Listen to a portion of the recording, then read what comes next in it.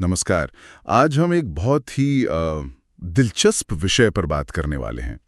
Patrick king की एक किताब है read people like a book. हाँ, लोगों को किताब की तरह कैसे पढ़ें। बिल्कुल। और ये इस बारे में है कि लोगों को उनके शब्दों से परे कैसे समझा जाए। हम सबने ये महसूस किया है ना? जब कोई दोस्त कहता है मैं बिल्कुल ठीक हूं, लेकिन उसकी आवाज, उसकी आंखें, सब कुछ चिल्ला चिल्ला कर कह रहा होता है कि वो ठीक नहीं है। सही बात है। ये कोई जादू टोना नहीं है। ये असल में उन छोटे छोटे इशारों को पकड़ने की कला है जिन्हें हम अक्सर नजरअंदाज कर देते हैं। बिल्कुल। और आज हमारी कोशिश इसी कला के पीछे के साइंस को समझने की है। हम बात करेंगे कि किसी के बिहेवियर को एनालाइज कैसे करें, बॉडी लैंग्वेज के छुपे हुए मतलब कैसे निकालें और किसी की भावनाओं के पीछे की असली वजह कैसे जानें। लेकिन एक बात शुरू में ही साफ कर दें, हमारा मकसद किसी को मैनिपुलेट करना या शर्लॉक होम्स बनकर सब पर शक करना नहीं है। राइट। इसका असली मकसद है एम्पैथी बढ़ाना, बेहतर रिश्ते बनाना और एक गहरी समझ पैदा करना। अच्छा, तो शुरुआत कहाँ से होती है? किताब का सबसे पहला और शायद सबसे जरूरी आइडिया ये है कि हम दुनिया को वैसी नहीं देखते जैसी वो है, बल्कि वैसी देखते हैं जैसे हम खुद हैं। मतलब हमारे अपने बिलीफ, हमारे पास्ट एक्सपीरियंसेस, ये सब एक चश्मे की तरह काम करते हैं जो सच्चाई पर रंग चढ़ा देते हैं। बिल्कुल। तो लोगों को सही से पढ़ने का पहला कदम है अपना ये चश्मा उतारना। पर ये सुनने में जितना आसान लगता है, करने में उतना ही मुश्किल है। ये सबसे बड़ी चुनौती है। इसीलिए किंग हमें एक बिहेवियरल डिटेक्टिव यानी व्यवहार का जासूस बनने को कहते हैं। व्यवहार का जासूस? हाँ। एक जासूस की तरह हर व्यवहार बेवजह नहीं होता, वो एक क्लू है, एक डेटा पॉइंट है। अब देखिए, एक आम इंसान किसी को बेचैनी में पैर हिलाते देखेगा तो तुरंत सोचेगा अरे ये तो नर्वस है। हाँ, पहला ख्याल तो यही आएगा। पर एक जासूस सोचेगा ये एक सुराग है।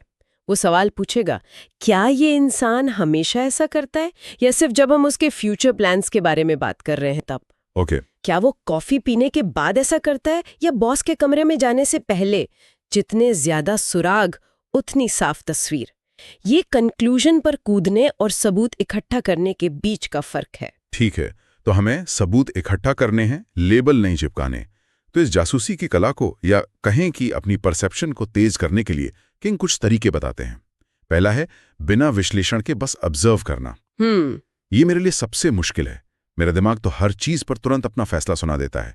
कोई हाथ बांध कर खड़ा है तो दिमाग कहता है ये डिफेंसिव है, इसे बंद कैसे किया जाए। इसे बंद नहीं करना है, बस डिले करना है। ये एक मसल की तरह है, प्रैक्टिस से मजबूत होती है। वो डिफेंसिव है, एक विश्लेषण है। ऑब्जर्वेशन है, उसने अपनी छाती पर हाथ बांध रखे हैं, बस इतना ही। सिर्फ फैक्ट्स। सिर्फ फैक्ट्स। पहले सिर्फ कच्चा डेटा इकट्ठा करें, विश्लेषण बाद में आएगा, क्योंकि हो सकता है वो डिफेंसिव ना हो, उसे बस ठंड लग रही हो।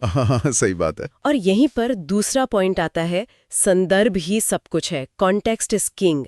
एक ही इशारा जैसे हाथ बांधना किसी बहस के दौरान डिफेंसिवनेस का संकेत हो सकता है, लेकिन किसी लेक्चर के दौरान ये बस आराम से खड़े होने का तरीका हो सकता है। अच्छा।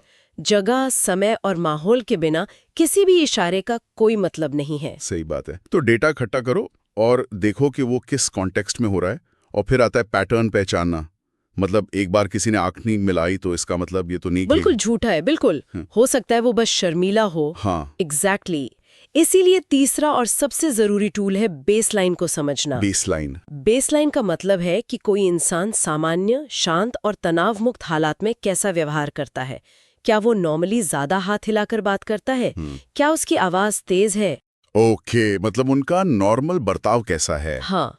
क्या वो आंखें मिलाकर बात करने में कंफर्टेबल है? ये उसकी बेसलाइन है।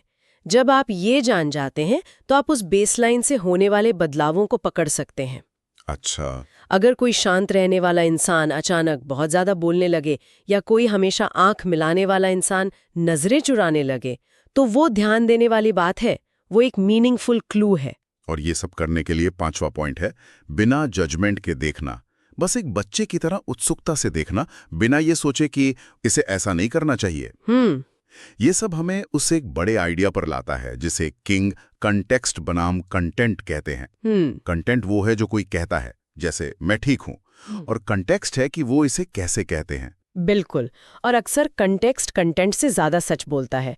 झुके हुए कंधे, गहरी सांस और जमीन पर टिकी नजरें, ये सब मिलकर मैं ठीक हूं से ज्यादा जोर से चिल्लाते हैं। ये तो है। शब्द हमारे दिमाग के सचेत हिस्से से आते हैं जिसे हम कंट्रोल कर सकते हैं, लेकिन हमारा व्यवहार, हमारी बॉडी लैंग्वेज, हमारी भावनाओं का सीधा प्रतिबिंब है जिस पर हमारा कंट्रोल बहुत कम होता है। तो जब शब्दों और व्यवहार में विरोधाभास हो तो हमेशा व्यवहार पर ज्यादा भरोसा करें। हमेशा। तो चलिए इसी बॉडी लैंग्वेज की अनकही दुनिया में और गहराई से उतरते हैं। इसे समझने का सबसे आसान तरीका है ओपन और क्लोज्ड सिग्नल्स के बीच का फर्क पहचानना। हाँ, ये सबसे बुनियादी नियम है। ओपन सिग्नल मतलब शरीर खुला हुआ है, कोई रुकावट नहीं है, जैसे बात करते हुए हाथ खुले रखना, आरामदायक मुद्रा में बैठना या आपकी तरफ थोड़ा झुकना। ये सब दिखाता है कि इंसान कंफर्टेबल है, रिसेप्टिव है और बातचीत में एंगेज्ड है। और इसका उल्टा हुआ क्लोज्ड सिग्नल, जैसे छाती पर हाथ बांध लेना, पैरों को क्रॉस कर लेना, जेब में हाथ डाल लेना या नजरें झुका लेना, ये सब एक तरह की अनकही दीवार है जो इंसान तब बनाता है जब वो असहज, असुरक्षित या किसी बात से असहमत होता है। हाँ, जैसे अगर आप किसी पार्टी में किसी से बात कर रहे हैं और वो बार बार दरवाजे की तरफ देख रहा है और उसके पैर भी दरवाजे की तरफ हैं, तो ये साफ इशारा है कि वो बातचीत से बाहर निकलना चाहता है। बिल्कुल। और इन बड़े सिग्नल्स के अलावा हम इनसे खास भावनाओं का भी पता लगा सकते हैं, जैसे तनाव को ही लीजिए। ओके। तनाव में हमारी फाइट और फ्लाइट प्रतिक्रिया एक्टिव हो जाती है, सांसें तेज और उथली हो जाती है, जबड़ा कस जाता है और हाथ पैर बेचैनी से हिलने लगते हैं, जैसे उंगलियां थपथपाना या पैर हिलाना। अच्छा, जैसे शरीर अतिरिक्त ऊर्जा को बाहर निकालने की कोशिश कर रहा हो। बिल्कुल। और इसके ठीक उलट आत्मविश्वास कैसा दिखता है? वो दिखता है सीधी तनी हुई मुद्रा में, शांत और स्थिर नजरें और कंट्रोल जेस्चर्स में। हाँ, आत्मविश्वासी लोग ज्यादा जगह घेरते हैं, वे फैल कर बैठते हैं, जबकि कम आत्मविश्वास वाले लोग खुद को सिकोड़ने की कोशिश करते हैं। और जब बात बेईमानी या झूठ की आती है तो ये थोड़ा मुश्किल हो जाता है। कोई एक अकेला सिग्नल झूठ का पक्का सबूत नहीं है। पिनोकियो की तरह किसी की नाक लंबी नहीं होती। ये तो है। लेकिन कुछ पैटर्न जरूर हैं जिन पर ध्यान दिया जा सकता है, जैसे चेहरे के हाव-भाव और शब्दों में तालमेल न होना। कोई कह रहा है मुझे बहुत अफसोस है, लेकिन उसके चेहरे पर हल्की सी मुस्कान है। या कोई बार बार अपने चेहरे, गले या मुंह को छू रहा हो, जैसे वो अनजाने में सच को बाहर आने से रोकने की कोशिश कर रहा हो। मैंने माइक्रो एक्सप्रेशंस के बारे में भी सुना है। ये सुनने में किसी जासूसी फिल्म जैसा लगता है। क्या ये सच में होता है? हाँ, ये बिल्कुल सच है और बहुत पावरफुल टूल है। अच्छा। माइक्रो एक्सप्रेशंस चेहरे पर 1 सेकंड के 15वें या 25वें हिस्से के लिए आते हैं। ये हमारी सच्ची अनफिल्टर्ड भावनाओं को उजागर कर देते हैं, इससे पहले कि हमारा दिमाग उन्हें छिपा पाए। वाह! तो क्या कोई आम इंसान इन्हें पकड़ सकता है? इन्हें पकड़ने के लिए प्रैक्टिस चाहिए, लेकिन ये नामुमकिन नहीं है। ये 7 यूनिवर्सल भावनाओं से जुड़े हैं: खुशी, दुख, गुस्सा, डर, आश्चर्य, घृणा और तिरस्कार। कोई उदाहरण दे सकते हैं? सबसे आम उदाहरण है मुस्कान। एक झूठी या पोलाइट मुस्कान में सिर्फ होंठ खींचते हैं, लेकिन एक सच्ची जेन्युइन मुस्कान, जिसे ड्यूशेन स्माइल कहते हैं, उसमें होंठों के साथ साथ आंखें भी सिकुड़ती हैं। आंखों के कोनों में क्राउज फीट जैसी लकीरें बन जाती हैं। बिल्कुल। इसी तरह तिरस्कार या कंटेम्प्ट का एक बहुत खास माइक्रो एक्सप्रेशन है, जिसमें मुंह का सिर्फ एक कोना हल्की सी मुस्कान में ऊपर उठता है। ये अक्सर तब दिखता है जब कोई खुद को दूसरे से बेहतर समझता है, और ये धोखे का एक मजबूत संकेत हो सकता है। ये सूक्ष्म इशारे हमें भावनाओं की वो परत दिखाते हैं जिसे इंसान छिपाना चाहता है। वाह! तो बॉडी लैंग्वेज और माइक्रो एक्सप्रेशंस को समझना हमें सीधे झूठ और धोखे के संकेतों की ओर ले जाता है। ये एक ऐसा एरिया है जहां हमें बहुत सावधान रहना होगा, नहीं तो हम हर किसी पर शक करने लगेंगे। बिल्कुल। फिर से कहूंगी, लक्ष्य शक करना नहीं, जागरूक रहना है। झूठ पकड़ने का सबसे अच्छा तरीका किसी एक संकेत को नहीं, बल्कि व्यवहार के पैटर्न में विसंगतियों को देखना है। ओके। कि इनके अनुसार झूठ के 4 मुख्य क्लस्टर हैं। पहला है अत्यधिक सफाई देना। Over explaining. हाँ, जरूरत से ज्यादा डिटेल देना। हाँ, जब कोई सीधी सी बात के जवाब में जरूरत से ज्यादा और अप्रासंगिक डिटेल देने लगे तो ये एक रेड फ्लैग हो सकता है। वो अपनी कहानी को ज्यादा विश्वसनीय बनाने की कोशिश कर रहा है, लेकिन असल में ऐसा करके वो उसे और कमजोर कर रहा है। हाँ, ये मैंने देखा है। आप पूछते हैं, क्या तुम कल रात वहां थे? और जवाब मिलता है, नहीं, मैं तो घर पर था। मैंने पहले खाना बनाया, फिर मैंने वो नई वाली वेब सीरीज देखी जिसका पहला एपिसोड थोड़ा स्लो था, लेकिन दूसरा। और आप सोचते हैं भाई मैंने तो बस हाँ या ना में पूछा था। बिल्कुल वही। दूसरा संकेत है तनावपूर्ण या रक्षात्मक मुद्रा। झूठ बोलना दिमागी तौर पर थकाने वाला काम है और ये तनाव शरीर में दिखता है। शरीर अकड़ जाता है, हाथ पैर बंध जाते हैं और अगर आप कोई सवाल पूछें तो वे जरूरत से ज्यादा डिफेंसिव हो जाते हैं। वे ऐसा बर्ताव करते हैं जैसे आप उन पर हमला कर रहे हों, जबकि सवाल बहुत सामान्य होता है। तीसरा वाला तो हमने पहले टच किया, शब्दों और हावभाव में विरोधाभास।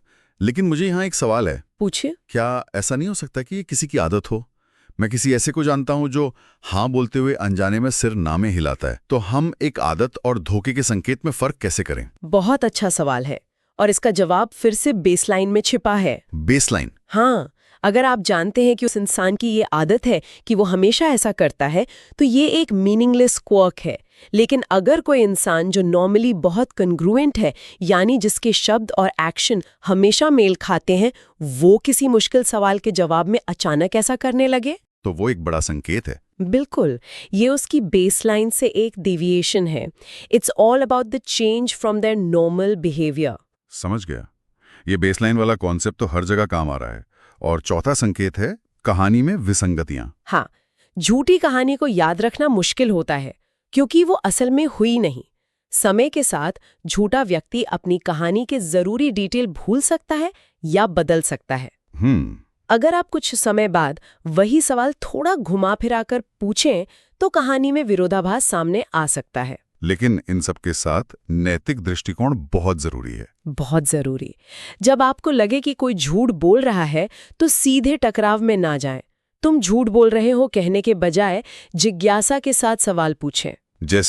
जैसे अच्छा, मुझे ये हिस्सा ठीक से समझ नहीं आया, क्या आप इसे फिर से बता सकते हैं? इसका लक्ष्य किसी को बेनकाब करना नहीं, बल्कि अपने लिए बेहतर निर्णय लेने के लिए और जानकारी इकट्ठा करना है। ठीक है, तो हमने लोगों के व्यवहार को समझना सीख लिया, बॉडी लैंग्वेज पढ़ ली, धोखे के संभावित संकेतों को भी पहचान लिया। अब सबसे बड़ा सवाल, इस सारी जानकारी का करना क्या है? यहीं पर शायद सोशल इंटेलिजेंस काम आती है। बिल्कुल। अब तक हम डेटा इकट्ठा कर रहे थे। सोशल इंटेलिजेंस उस डेटा को इस्तेमाल करने की कला है। ये सिर्फ समझने के बारे में नहीं, बल्कि समझ के आधार पर सही तरीके से रिएक्ट करने के बारे में है। और इसका सबसे जरूरी पहलू है अपनी प्रतिक्रिया को सामने वाले की भावनात्मक स्थिति के अनुसार ढालना। हाँ, मतलब उनकी एनर्जी को मैच करना एक तरह से। ओके। अगर कोई परेशान है तो आपका शांत और सहानुभूतिपूर्ण रहना जरूरी है। उसकी परेशानी को स्वीकार करना, जैसे कहना, मैं समझ सकती हूँ कि ये तुम्हारे लिए कितना मुश्किल होगा। अगर कोई बहुत उत्साहित है तो उसकी खुशी में शामिल हो, उसकी ऊर्जा से मेल खाएं। और अगर कोई चिंतित है तो उसे डांटने के बजाय आश्वासन दें। ये तालमेल बनाने और विश्वास स्थापित करने का सबसे तेज तरीका है। इसके लिए किताब में कुछ एडवांस टेक्निक्स भी दी गई हैं, जैसे टैक्टिकल साइलेंस, मतलब स्ट्रेटेजिक रूप से चुप रहना। हाँ, ये बहुत दिलचस्प है, क्योंकि हम हमेशा सोचते हैं कि हमें कुछ ना कुछ बोलना चाहिए। और कभी-कभी सबसे शक्तिशाली चीज जो आप कर सकते हैं वो है चुप रहना। जवाब देने से पहले कुछ सेकंड रुकना।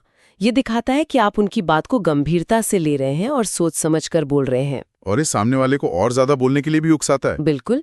ज्यादातर लोग चुप्पी से असहज हो जाते हैं और उसे भरने की कोशिश करते हैं। इस तरह आपको और जानकारी मिल सकते हैं। दूसरी तकनीक है मिररिंग, यानी दूसरे व्यक्ति की बॉडी लैंग्वेज की नकल करना। पर क्या ये अजीब नहीं लगेगा? ये अजीब तभी लगेगा जब आप इसे बहुत ज्यादा और भद्दे तरीके से करेंगे। मिररिंग बहुत सूक्ष्म होनी चाहिए। अच्छा। अगर कोई बात करते हुए आगे झुकता है तो आप भी कुछ सेकंड बाद थोड़ा सा झुक सकते हैं। अगर वो धीरे बोल रहा है तो आप भी अपनी आवाज की गति थोड़ी धीमी कर लें।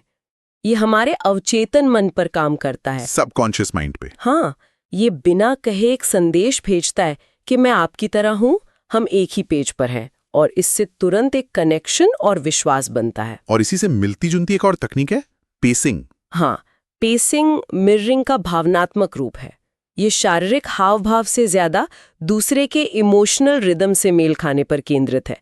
अगर वो शांत है तो आप भी शांत रहें। ओके। आप पहले उनकी लय को पकड़ते हैं, जिसे कहते हैं पेसिंग, और फिर जब एक कनेक्शन बन जाता है तो आप धीरे धीरे उस लय को बदलकर उन्हें एक अलग भावनात्मक स्थिति में ले जा सकते हैं, जिसे लीडिंग कहते हैं। वाह, ये तो तनावपूर्ण स्थितियों को शांत करने में बहुत कारगर हो सकता है। बहुत।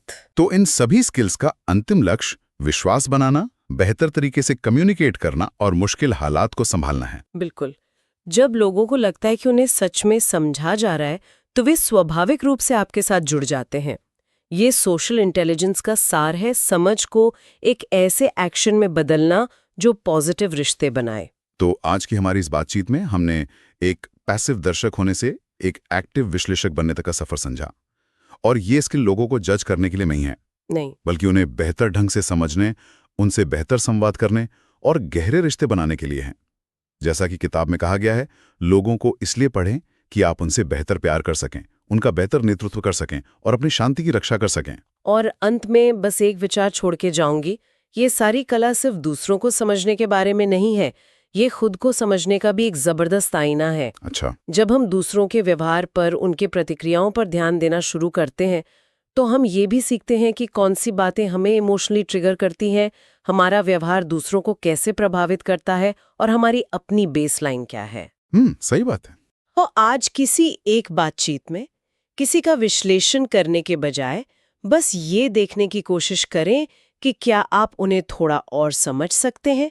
देखें कि ये छोटी सी कोशिश उस बातचीत को कैसे बदल लेती है।